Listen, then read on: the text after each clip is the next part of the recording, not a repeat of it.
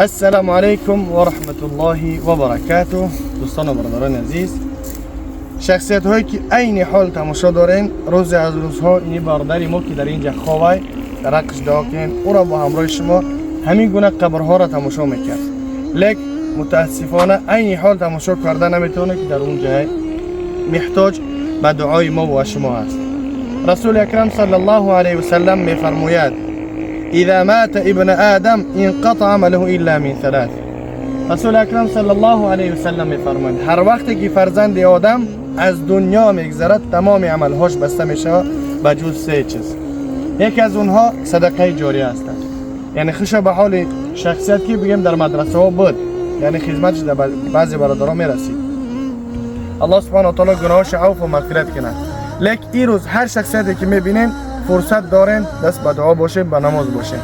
برای بسیاری و مردم ها کارخانه میگن سبحان الله 80% اهل نماز نیستن، نماز نمیخونن، روزه نمیگیرن بعضی‌ها سبحان الله. یعنی روز از روزها در این جمع باشی، بعد در اینجا وقتی که حساب کتاب شروع میشه میگوی یا لیتنی ای کاش ما خواب میشیدم از این سوال جواب نمیدم سبحان الله. با مخاطر وقتی که بگیم ملک الموت با اولاد میآید فاذا جاء اجلهم لا يستأخرون ساعة ولا يستقدمون. هر وقتی که بگیم ملک الموت با قصد روح میآید میگه یک ساعت برای ما فرصت بده، نه یک ساعت پیش کرده میشه نه قفا کرده. با مخاطر عین حال وقت زمان و ساعت بگیم فرصت داریم تو اینکه توبه کنیم، چون که الله سبحانه و تعالی میفرماید توبوا الی الله توبه نصوحا، یعنی توبه کنین به سوی پروردگار، توبه صدقانه، توبه نصوح که بر نگردین. این روز بگیم برادر ما طالب جان در این جای محتاج به دعا های، هر یک کدام شما خاص به خاطر الله دعا کنین، یعنی هر کاری کردید تدین و کمتدن چه گناهی کردین همون انتظار باشین. این روز اگر در حق برادر که بگیم در بین ما بود، با همراه ما بود، بگیم دست تلاوی در کافه و بگیم یک جایه و دیگه بگیم یک جایه بدیم، لیکن این روز در بین ما نیست، ما یادش میکنیم.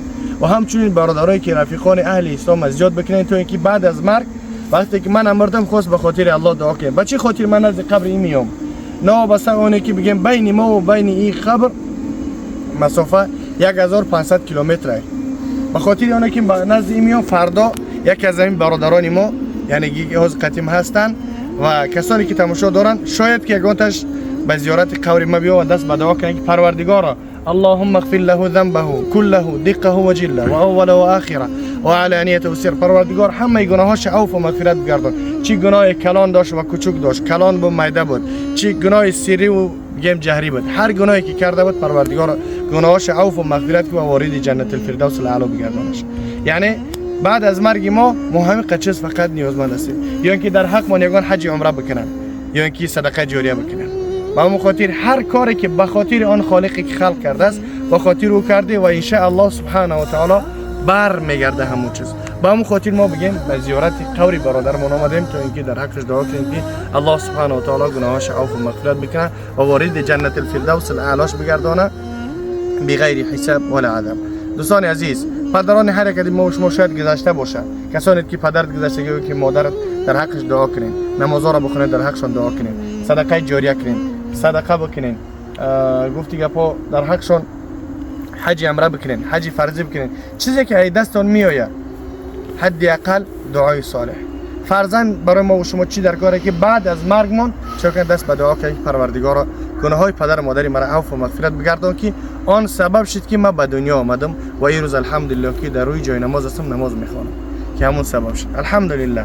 و هم خاطر فرزند صالح برای ما و شما، برای همین درکاره که بعد از مرگ ما و شما دست به دعا بکنن و طلب عفو و مغفرت برای ما و شما بکنن. باقی مدت در امان الله باشین. فی امان الله. السلام علیکم.